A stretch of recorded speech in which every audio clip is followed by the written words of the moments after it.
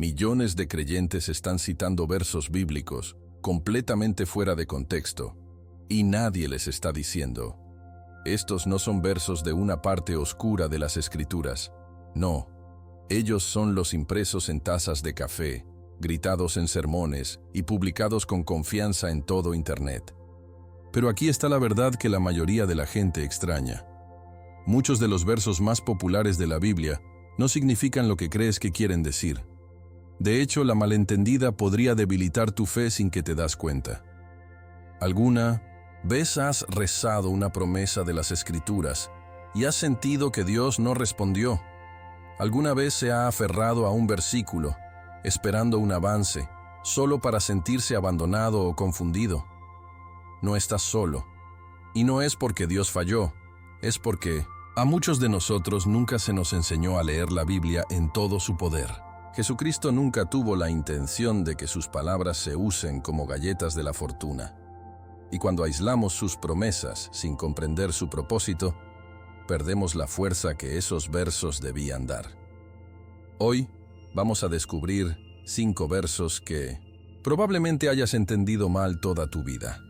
Y lo prometo, una vez que entiendas el verdadero significado detrás de ellos, tu relación con Dios nunca será la misma. Estos no son ajustes pequeños, son cambiadores de juego espirituales. Vamos al contexto original. Nos estamos sumergiendo en una verdadera fe bíblica y estamos descubriendo lo que Jesús realmente quiso decir cuando habló estas verdades que dieron vida. Si crees en el poder de la Biblia y quieres profundizar en tu caminar con Dios, quédate conmigo hasta el final, porque el verso número 3 es uno que has citado durante años y estás a punto de verlo bajo una luz completamente nueva. Deja un comentario ahora mismo. ¿Qué verso de la Biblia crees que es el más incomprendido? Y si aún no lo ha hecho, presione ese botón de suscripción, porque lo que está a punto de aprender podría solucionar su vida de oración, reavivar su fe y traerlo de regreso al corazón de Jesús. ¿Qué pasa si te digo algunos de los versos bíblicos más citados? ¿No quieres decir lo que la mayoría de las personas piensan que hacen? No, no se trata de desacreditar su fe o burlarse de su comprensión. Nada de eso.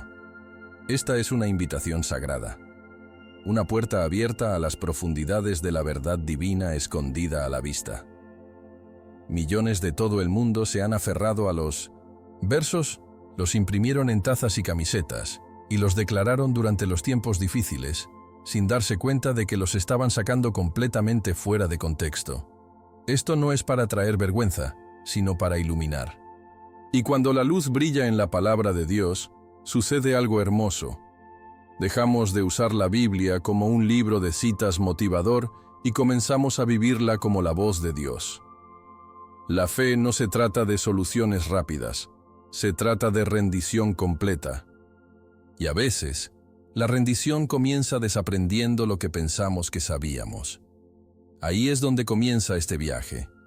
Vea, con el tiempo, las Escrituras han sido transmitidas, predicadas, tuiteadas e incluso gritadas desde los tejados.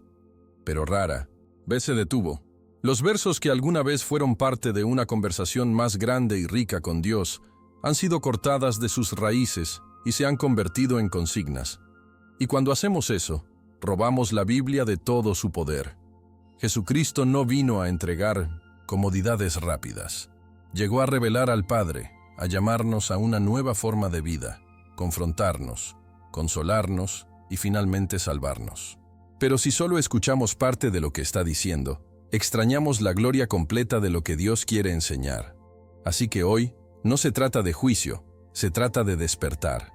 El objetivo es simple, no solo citar la Biblia, sino consumirla, vivirla y entenderla como estaba destinada a ser entendida.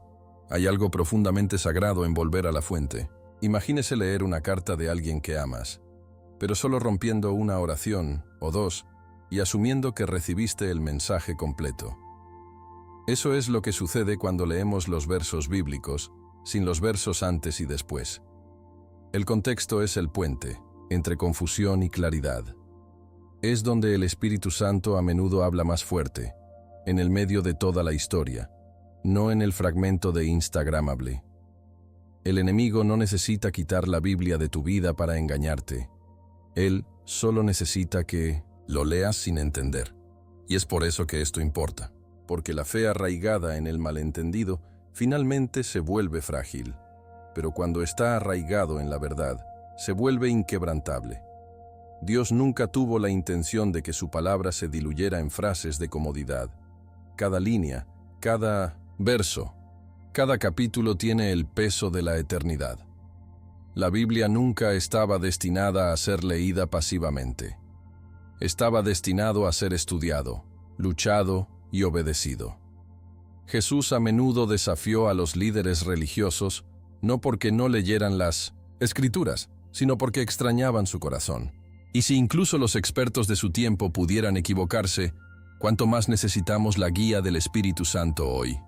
Entonces, mientras desempaquetamos estos 5 versos, nos preparamos para ser desafiados, tal vez incluso incómodos, pero sobre todo, transformados. Porque cuando realmente entiendes la palabra, comienzas a vivir como alguien que conoce la voz de Dios personalmente.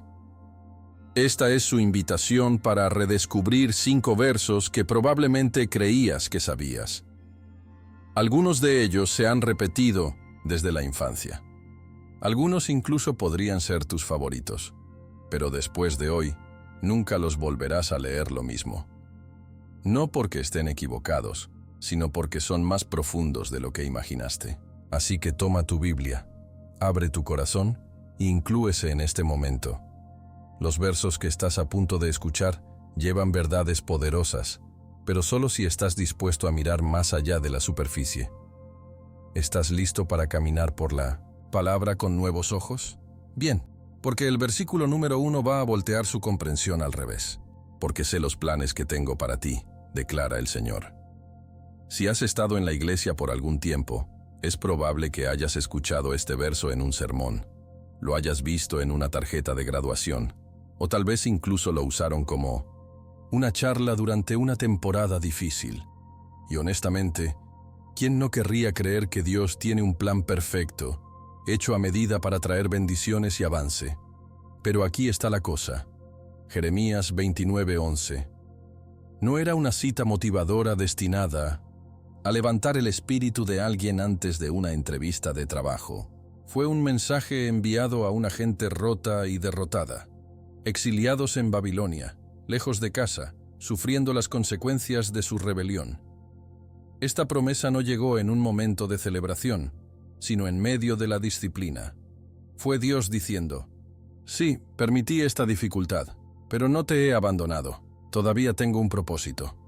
Las personas que recibían este mensaje no estaban al borde de un avance. Estaban a 70 años de liberación. Deja que eso se hunda. 70 años. Esa es toda una vida. Entonces, cuando Dios dijo: sé los planes que tengo para ti, no prometió una solución rápida. Estaba llamando a su pueblo para confiar en Él incluso cuando nada tenía sentido. Creer que incluso en el exilio, incluso en vergüenza, incluso cuando parecía que fueron olvidados, su plan todavía estaba en movimiento. ¿Y no es exactamente de qué se trata la fe real? Confías en el corazón de Dios cuando no entiendes la mano de Dios. Eso no es la comodidad a nivel superficial. Esa es una creencia inquebrantable, manchada de lágrimas de que Dios sigue siendo bueno, incluso cuando la vida no lo es.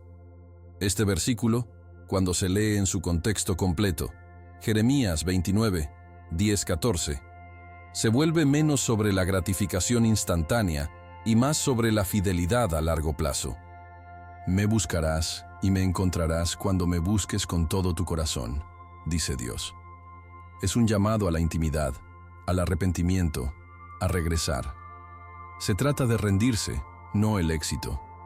Y tal vez eso es exactamente por qué tanta gente usa mal este versículo, porque la verdadera promesa requiere paciencia. El tipo de paciencia que espera 70 años si es necesario. El tipo de paciencia que soporta el silencio, que sigue adorando incluso cuando la respuesta se retrasa. Esa es la fe que Dios está honrando aquí. No ilusiones, sino obediencia. fundamentada. Ahora piense en cómo eso lo cambia todo. Si Jeremías 29:11 es una promesa hecha a las personas que sufren bajo el juicio de Dios, pero aún así elegido y amado, entonces, este versículo se convierte en un salvavidas para aquellos en lugares oscuros. No es un meme de sentirse bien, sino una declaración de esperanza para aquellos que sienten que su situación está más allá de la redención. Y tal vez eso es lo que necesitas escuchar hoy. Tal vez la vida se siente como un exilio en este momento. Tal vez hayas tomado algunas decisiones que te llevaron lejos de donde pensaste que estarías. Pero Dios no ha destrozado el plan.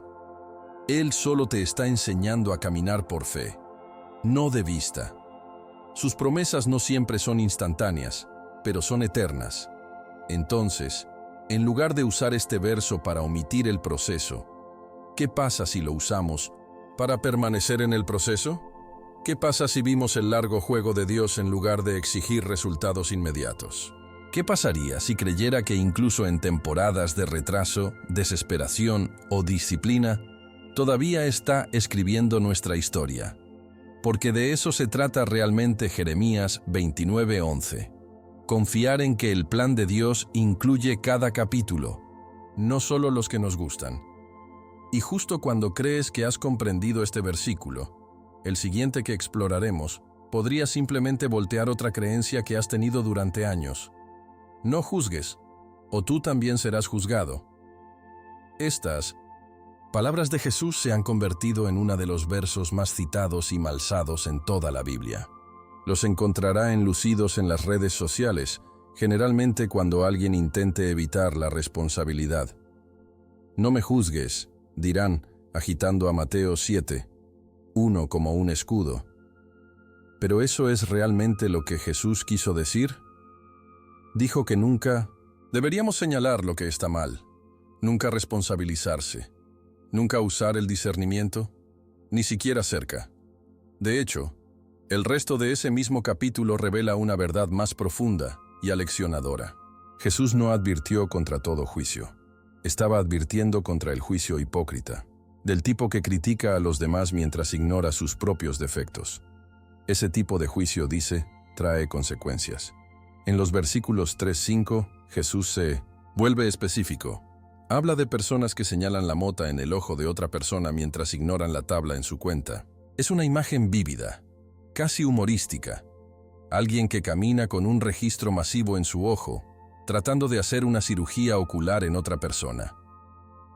Lo que está atacando aquí es la arrogancia, no la responsabilidad. Él quiere que examinemos, primero, nuestros corazones, nuestros motivos, nuestra relación con Dios, y luego, con humildad y claridad, ayude a los demás. Así es como se ve la verdadera corrección bíblica. No es el juventud, es amor. El tipo de amor que está arraigado en la verdad de la palabra de Dios y guiado por el Espíritu de Jesucristo, no nuestro propio ego o orgullo. Y solo unos pocos versos después, en Mateo 7:15, Jesús da esta orden: cuidado con los falsos profetas. Ahora pausa allí mismo. ¿Cómo puedes tener cuidado con un falso profeta sin juzgar lo que dicen? No puedes. Eso requiere discernimiento. Eso requiere comparación con las Escrituras. Eso requiere, sí, juicio. No es duro, condenando el juicio, sino un juicio justo, dirigido por el Espíritu, humilde. Verá, cuando Jesús dijo, no juzgues, no canceló el discernimiento. Pidió la purificación de nuestra perspectiva. El juicio que prohíbe es el tipo que condena a los demás a hacernos sentir santos. Pero el juicio que alienta es del tipo que protege el cuerpo de Cristo y honra la verdad de la Biblia. Hagamos prácticos aquí. Imagine que un amigo confiesa que está luchando con un pecado serio. ¿Te quedas en silencio por miedo a juzgar o te dices con amor y los guías hacia la restauración? La fe no significa que hagamos la vista gorda al pecado. Significa que ayudamos a otros a caminar en libertad, de la misma manera que Jesús nos ayudó. Y eso incluye decir las cosas difíciles.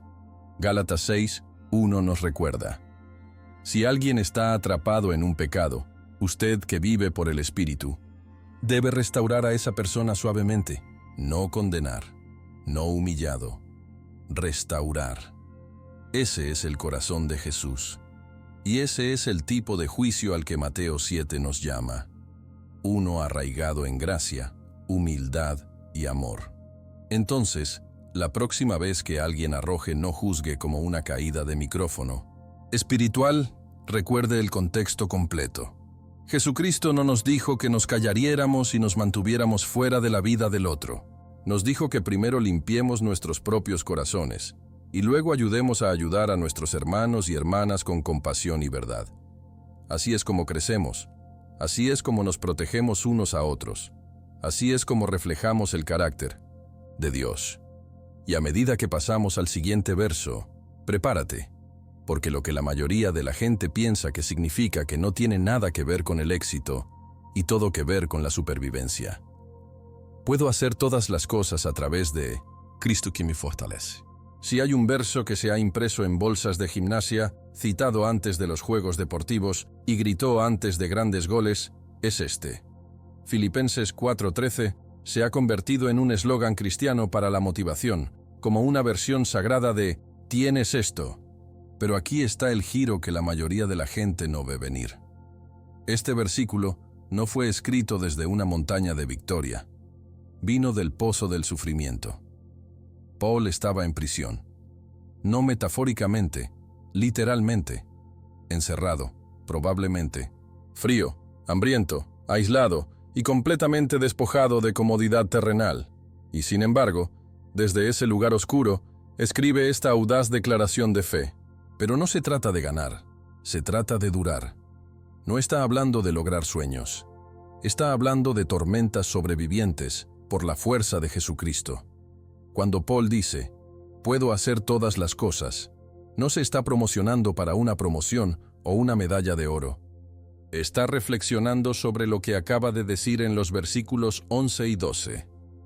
Que ha aprendido el secreto de estar contento si tiene mucho o poco, si está bien alimentado o hambriento. ¿El secreto? Jesús. No es la idea de Jesús. No es un sermón dominical sobre Jesús. Pero la fuerza real y tangible que proviene de la relación con el Cristo vivo. Eso es lo que lo llevó. Eso es lo que mantuvo viva su fe detrás de las paredes de la prisión. No era una ilusión, era una esperanza anclada. Y ese tipo de fe no solo proviene de citar las Escrituras, viene de vivirlo, día tras día. Dolor después del dolor. Ese es el verdadero peso de los Filipenses 4:13. Ahora imagine cómo esto cambia la forma en que aplicamos este verso. No es solo para atletas en la cancha o estudiantes antes de los exámenes. Es para el padre que no sabe cómo pagarán las facturas. Para el creyente que lucha contra la depresión que todavía elige rezar. Para la viuda afligida que sigue alabando a Dios a través de las lágrimas. Este versículo se vuelve poderoso no porque garantice el triunfo, sino porque garantiza la presencia sostenible de Jesús en cada juicio. Es una fe que entra al fuego y dice, incluso si no me entregan, no me inclinaré. Eso es lo que Pablo estaba predicando. No es consignas de victoria vacías, sino una fe arenosa, duradera y centrada en Dios. Este tipo de fuerza no es llamativo, no es ruidoso. Está tranquilo, estable, inquebrantable. Susurra en el caos. Dios todavía está conmigo. Por eso importa tan profundamente. Porque con demasiada frecuencia, las personas tratan este versículo como un pase rápido al éxito. Pero la verdad es que es una línea de vida en el sufrimiento. La vida de Pablo lo demuestra. Naufragio, vencido, encarcelado, traicionado, y sin embargo, él dice con claridad inquebrantable, puedo hacer todas las cosas a través de Cristo. No por su propio poder, no porque fuera extraordinario, pero porque Jesús era fiel. Y ese es el mismo Jesús que te fortalece hoy. No importa la presión, no importa el dolor, no importa la prisión. Entonces, en lugar de usar este versículo para promocionar su próximo gran movimiento, ¿Qué pasa si lo usó para aguantar durante su momento más bajo? ¿Qué pasaría si este versículo no se tratara de presionar más, sino descansar más profundo? ¿Qué pasa si no te recordó que puedes conquistar el mundo, sino que puedes soportar lo peor porque Cristo está contigo? Eso es lo que realmente está diciendo Filipenses 4:13. Y a medida que avanzamos hacia el próximo verso incomprendido, prepararnos, porque la promesa suena dulce, pero su condición a menudo se ignora. Y sabemos que en todas las cosas que Dios trabaja por el bien de aquellos que lo aman, que han sido llamados de acuerdo con su propósito. Romanos 8:28. Una de las promesas más apreciadas de todas las Escrituras. Se cita en las camas del Hospital, susurró en los funerales. Se publica durante las rupturas y se aferró a las dificultades. Y sí, es un verso hermoso. Pero no perdemos lo que realmente dice. Esta no es una declaración general de que todo saldrá bien para todos. No es una garantía divina de que la vida será indolora o que Dios convertirá cada mala situación en una bendición visible. No, es más profundo, es más agudo, es más sagrado. Porque el verdadero poder de este versículo radica en la condición de que la mayoría de las personas saltean. Para los que aman a Dios y son llamados de acuerdo con su propósito. Así es. Esta no es una promesa automática para todo el mundo. Es para aquellos que caminan alineado con Dios, para aquellos que se han rendido a su voluntad, para aquellos que realmente lo aman, no solo en palabras, sino en obediencia. Verá, el bueno al que se refiere Pablo aquí no es siempre lo que pensamos. No necesariamente significa consuelo, éxito o felicidad. A veces, bueno parece podar, como la ruptura que conduce a una dependencia más profunda, como puertas cerradas que nos protegen del desastre, como temporadas de desierto que nos preparan para el propósito. En el reino de Dios, el bien no se define por la facilidad.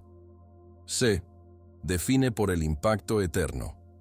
Y a veces, eso significa caminar por el fuego para ser refinado. Paul no estaba escribiendo desde un lugar de facilidad cuando escribió este verso. De hecho, si retrocede solo unos pocos versículos, descubrirá que estaba hablando de sufrimiento, gemir, esperar, durar. Él habla de la creación en sí mismo gimiendo, de nuestros cuerpos anhelando la redención. Romanos 8 no es un capítulo sobre omitir dificultades, se trata de encontrar significado en el medio. Y el versículo 28 es el corazón de esa esperanza. Que nada de eso se desperdicia, no el dolor, no la pérdida, no la confusión.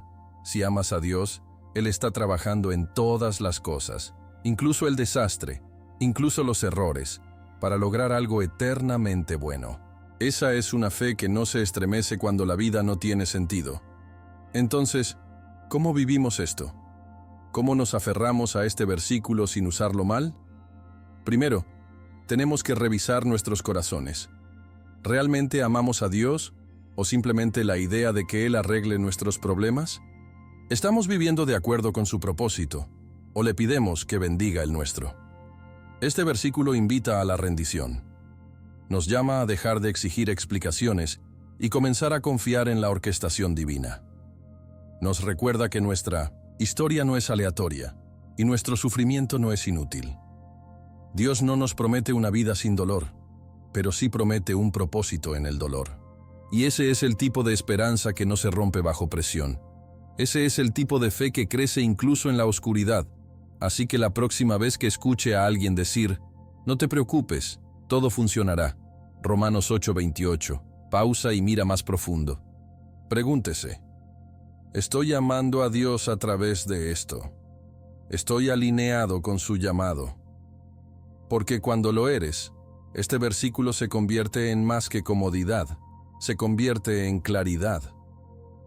Una lente para ver tu vida, no como una serie de eventos aleatorios, sino como una obra maestra divina aún en progreso. Y a medida que avanzamos al verso final de esta serie, prepárate, porque es uno que suena como un cheque en blanco, pero podría revelar más sobre tus oraciones de lo que te has dado cuenta. Lo que te preguntes en mi nombre, lo haré.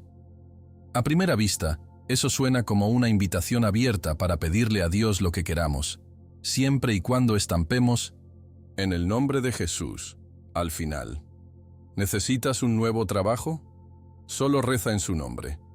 ¿Quieres curación, promoción o incluso un auto nuevo? Di las palabras mágicas. Pero espera, ¿Jesús realmente está entregando cheques en blanco aquí? ¿Dios está obligado a cumplir cada solicitud que termina con en el nombre de Jesús? Miremos más profundamente. Porque cuando Jesús habló estas palabras en Juan 14, 13, 14, no nos estaba dando una fórmula para obtener lo que queremos. Nos estaba enseñando cómo alinear nuestras oraciones con su voluntad. Oren en su nombre, no se trata de decir una frase. Se trata de vivir en su autoridad, su misión, su propósito. De hecho, cuando leas el contexto de Juan 14, verás que Jesús estaba preparando a sus discípulos para su partida. No les estaba prometiendo una vida de consuelo. Los estaba preparando para la persecución, el sacrificio y la guerra espiritual. Y en medio de esa conversación aleccionadora, dice: pregunta en mi nombre, y lo haré. No porque sea un genio, sino porque los está invitando a continuar su trabajo en la tierra. Preguntar en su nombre significa rezar por lo que trae gloria a Dios, no solo lo que nos trae. Significa buscar el corazón de Jesucristo antes de hacer una solicitud. No se trata de manipular a Dios, se trata de madurar en la fe. Hagámoslo real. Si su vida de oración ha sido una lista de deseos personales con un hashtag espiritual al final, en el nombre de Jesús, podría ser el momento de cambiar. Dios no está ofendido por nuestros deseos, pero nuestra rendición está más conmovida. La verdadera oración suena menos como «Dios, dame lo que quiero», y más como «Dios, da forma a mi corazón para querer lo que quieres». Eso es lo que Jesús modeló en Getsemaní. No es mi voluntad, sino la tuya. Lucas 22, 42. Eso no es debilidad, eso es poder. Porque cuando tu voluntad está alineada con la de Dios, tus oraciones se vuelven imparables.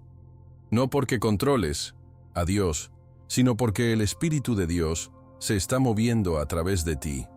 Cuando malinterpretamos este versículo, nos preparamos para la decepción espiritual. Comenzamos a pensar que Dios nos falló cuando no nos dio lo que pedimos, pero la verdad es que nunca prometió responder a todas las oraciones en nuestros términos. Y gracias a Dios por eso. Porque si Él hubiera dicho que sí a todo lo que pedimos en inmadurez, estaríamos en el caos. En cambio, Dios responde según su sabiduría, su momento y su mayor visión para nuestras vidas. Entonces sí, pregunta con valentía, pregunte apasionadamente, pero también pregunte humildemente. Saber que la oración no se trata de control, se trata de la comunión. No es una herramienta para doblar la voluntad de Dios. Es un regalo para alinear el tuyo con el suyo. Entonces, la próxima vez que termines una oración con «En el nombre de Jesús», pause por un momento. Pregúntese: ¿estoy preguntando en 1900 alineación con el personaje, la misión y el corazón de Cristo? Porque ese es el verdadero poder detrás de Juan 14, 13, 14. Cuando realmente rezas en su nombre, el cielo escucha, no porque tus palabras sean perfectas, sino porque tu corazón se entrega. Y ahora que hemos desempacado los 5 versos, envolvemos todo con un recordatorio de que la verdad ha estado esperando en el contexto todo el tiempo. Entonces, ¿cuál de estos versículos te sorprendió más? Sea honesto. ¿Uno de ellos te hizo parar y repensar cómo has estado leyendo tu Biblia? Eso no es algo malo. Eso es un crecimiento. La verdad es que cuanto más entendemos el contexto, más poderosa se vuelve la palabra de Dios en nuestras vidas. No solo hagas la superficie. Bucear profundo. Deja que las Escrituras te desafíen, te corrigieran y te transformarán, porque ahí es donde comienza la fe real. Quiero saber de usted en los comentarios. ¿Cuál de estos versículos ha entendido mal antes? ¿Y cómo comprender el verdadero significado cambia su visión de Dios, la Biblia o incluso usted mismo. Su historia podría alentar a alguien más en este momento, así que no se detenga. Construyamos una comunidad donde las personas crecen en la verdad y caminemos juntos de Jesucristo. Si este video lo ayudó a ver la Biblia de una manera nueva, asegúrese de suscribirse y encender las notificaciones, porque tenemos contenido más potente y revelador. Y confía en mí, no quieres perderte el próximo video. Nos estamos sumergiendo en los mitos bíblicos más peligrosos que la gente todavía cree. Y es posible que se sorprenda al saber cuántos de ellos están sentados en su iglesia. Gracias por verte, Dios te bendiga, y te veré en el próximo.